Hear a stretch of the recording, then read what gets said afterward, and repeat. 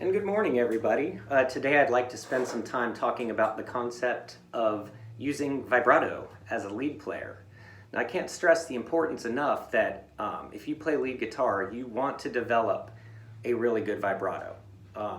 Weak vibrato stands out like a sore thumb. You can hear it, and to me, if you have weak vibrato, that's a sign that you're a pretty weak lead player, and you want to develop having good vibrato. So let me give you an example of what vibrato sounds like. So say I'm just in the minor pentatonic in A. I'll do something simple, and I do something like this. Here would be using vibrato.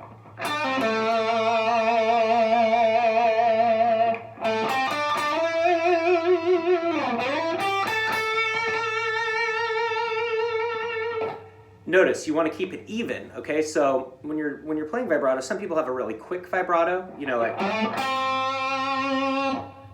And some people have a really wide, kind of slower vibrato.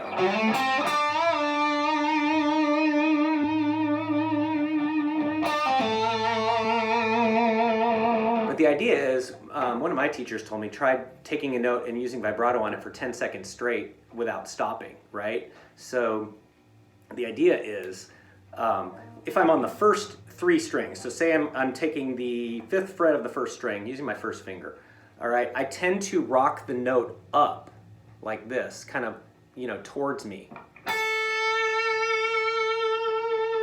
Right? Same with the 2nd string, I'll kind of rock it up. If I'm on the top strings, like 6, 5, and 4, I tend to, vibrato the note away from me. So I'm doing like, say I'm on the 4th string, 7th fret.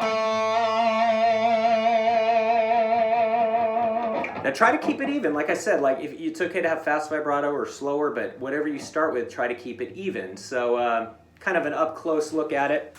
I'll take like the 1st finger at the 5th fret. Okay, you're seeing that there. I'll hit the note.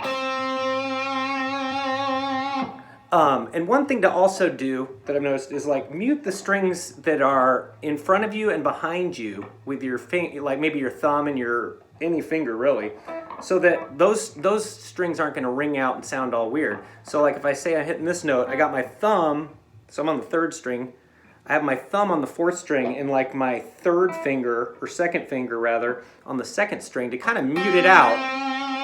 So that way I can hit those other strings without getting a lot of sound out of them, or any sound actually. So using all of your fingers too, like for example, okay, that was with my 1st finger. If I use my 3rd finger, say I'm using this note here, that would be a D at the 7th fret, 3rd string. I'm gonna hit that note. If I'm gonna use vibrato on that note, I tend to use another finger, like my 2nd finger behind it on the same string, even maybe 3 fingers, so that it gives it strength, kind of like when I do bends, same thing.